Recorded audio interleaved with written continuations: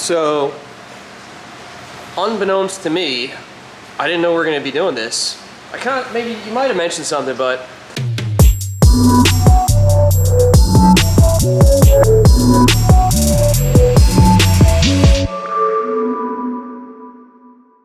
all right, our Friday continues. I got my boy Luca in the house. What's up? We did the unboxing and review, pretty much going over the Whipple 3.8 Gen 5 Supercharger at the office. We boxed it all up. I've got the bare brakes in the back of the truck as well, and a couple other small components I got to bring down to Willy. So we're gonna grab a quick bite and make our way down to Miami to Lujan Motorsports, drop everything off, and check the progress on the car. We'll check back in then.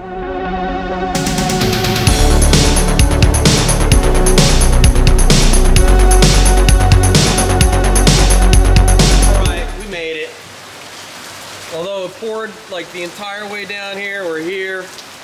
Lujan Motorsports. We got the blower back here. We got my brake set up. Willy! Stop. All right, look at this. Here's my old drivetrain, which I'll be bringing back with me today. Willy's got that all set up. Everything's looking a lot better over here too. Oh, nice, organized parts and stuff. Look at that. Yeah, and is that my Gen 3 Coyote motor on the K member, UPR products. Got some ultimate headers in the house. That's a 10R80, and she's ready to go in. So I'm really excited about this. It's coming along. It's coming along. It's awesome. Good stuff. All right, so we're gonna grab the blower out and the brake stuff, and then we're gonna load up my old drivetrain and bring that back with us. Moving along. That's my Supercharger, not the black one that you said they sent me the wrong one. Look how beautiful that thing is right there. Yeah. Savannah blue, powder coat. Hopefully should match my grabber blue quite good.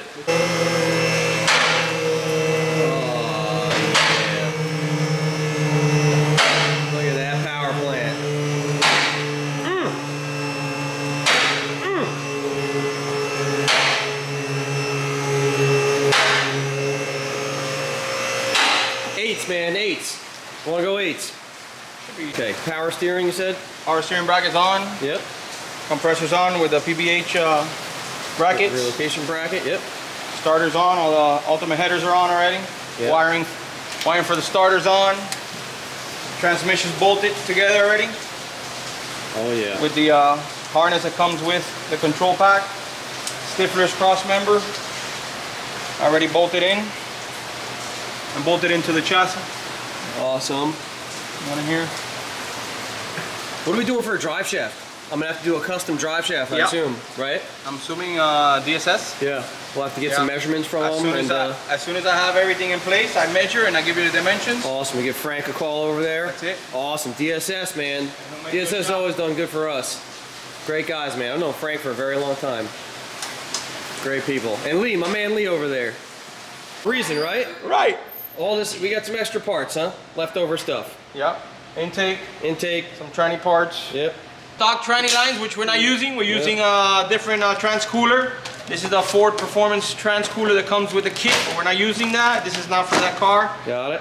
And we've got that PFAB coolant tank I'm bringing back for a long-time customer. Right there behind you. Yeah, here we go. Look at this. All right, look at that. Reservoir, intercooled reservoir, PFAB coolant tank. And then this thing, this whole hunk, this whole hunk of thing, whatever it is. Your reef. I mean, dude, to think like this was like some badass stuff back when. I mean, look, your old fuel lines. Yep. Your sway bar, your old struts in the front. Still got that UPR member. Your factory oil pump gear and crank sprocket gear off that 3rd gen. Yep, that's why I put the boundary stuff in. Those are the only mods we did to the 18 car, engine-wise, to make it run 8s. Yeah. So it was like basically crank sprocket oil pump gear. Man, this engine has been through a lot, man. Been around for a while. I'm a little helper. Good job, son. Love you, son. F you, Dad. F you, Dad. So here, I gotta do a battery reload kit because the intake on the Whipple is gonna aim out where the factory battery is right located. there. Got it. All right. And then you said we're also gonna put the fuse box for the third, for the control pack there, in that corner. That fuse box stays. That controls the lights and the rest of the stuff inside the car. Got it. ABS pump module, all this stays with the fan module. The fan module, all that stays. What do you recommend as far as a battery that I should run? You said deep cell, deep cell gel. Optima battery. Okay. Deep cell. Blue top will be nice, it matches with the car. So, unbeknownst to me, I didn't know we were going to be doing this. Maybe you might have mentioned something, but I think we're going to put the supercharger on the motor and we're going to lower the car down, put the motor in, and bolt it in, right? Is that what we're doing? Yep. Bolting the motor back in. Let's do it.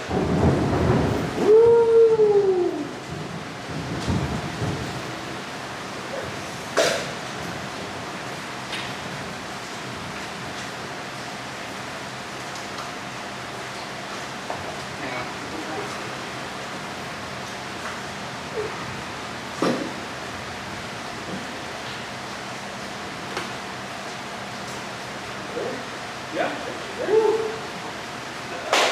Look at that. I mean, that is heavy, dude. It is. Man, you gotta get back in the gym. Wow. That thing's a beast, right? No being no firewall. That's awesome. Let's check this out, guys.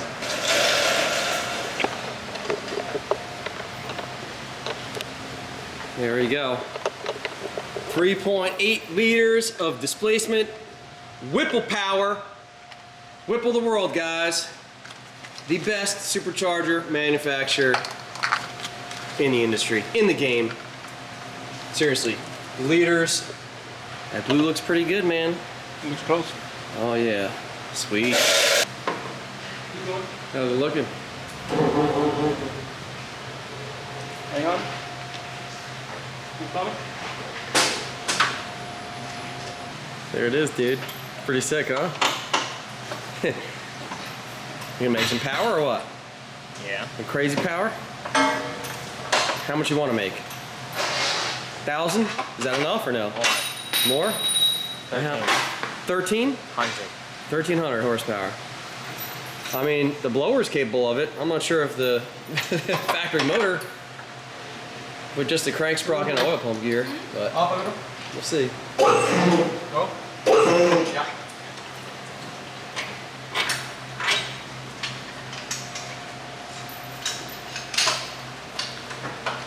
So, you remember when this was the feature cover car of 50 Mustang magazine back in the day?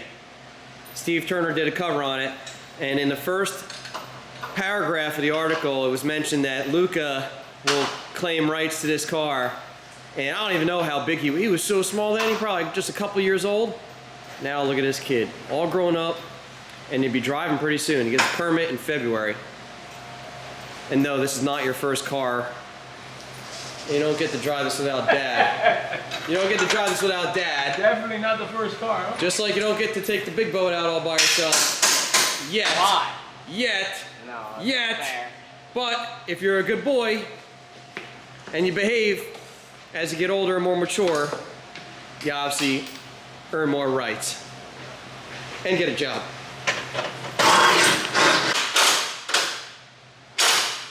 How much you space the motor from the K-member on a setup like this? I mean, obviously the blower's a really tall supercharger. Well, I usually use 3/8 spacers on the K-member and 3/8 spacer on the motor mount to clear the 3rd gen oil pan. Okay. To the K-member, which is still very, very close. 3/8 of an inch. Yeah, but in this case, I think we're gonna have to go with a little bit more for that extra hood clearance, because it's gonna be very close. Yeah. Very, very close. Definitely, I believe we would have to chop this up, this part. Yep. You got a chainsaw? Yep. Perfect. There we go. Hey, Daniel Ronalane asked me on the post when I posted a picture of it. Those Coyote blocks. That's it. With the third gen. Yeah, those are specific. Gen automatic. By the way, these are special made. Third gen automatic, 10R80. You don't have them marked though. How do you know? Just by looking at them? Years of experience, bro. That is gorgeous, man. Good job, bro. Yeah. Oh, that's big. Jesus Christ. Big old Whipple. Still have some more space here for the other 2 plates. Yeah. Yeah. So basically, this is Gen 3 oil pan. We've got a hood clearance issue. We've got some spacers on the K-member right now, but we're trying to figure out to get a little more room for the hood. I just don't know even if that still would be enough anyways, if we did it. For the hood, I don't know. It might be if we can get rid of this one. We go to the 2nd gen pan.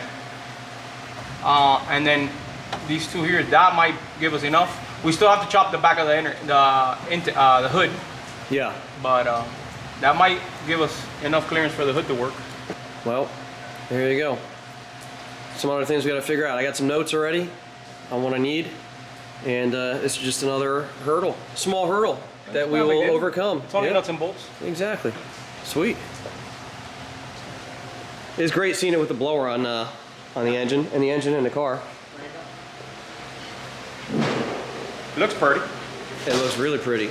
I just can't wait to hear it fire up eventually, because this car has not cranked over in, again, like 7 years or so, man. The car hasn't run.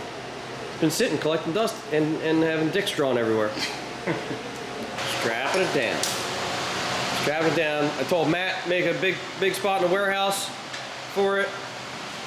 He basically hung up on me. So the warehouse might be locked, and they might have changed the locks on me as well, so I can't drop this off there.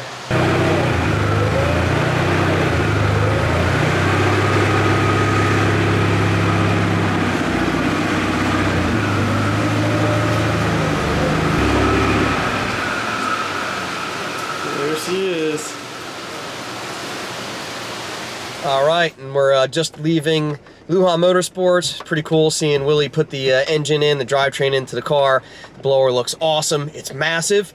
We definitely have some clearance issues with the hood, so we're going to try and figure that out. I've got a list of stuff that Willie asked me to get to help make this project work, and the fitment issues and stuff, and then we'll move on to the next chapter of the build, which will most likely be the suspension or the fuel system. But I want to thank you guys for watching, and I hope you're enjoying our build, the Cobro series. Make sure to subscribe if you haven't yet, so you get updated when we post new content. And again, if you guys have any comments, any questions or anything like that, please post it here, and I'll be more than happy to reply to you guys. We're out.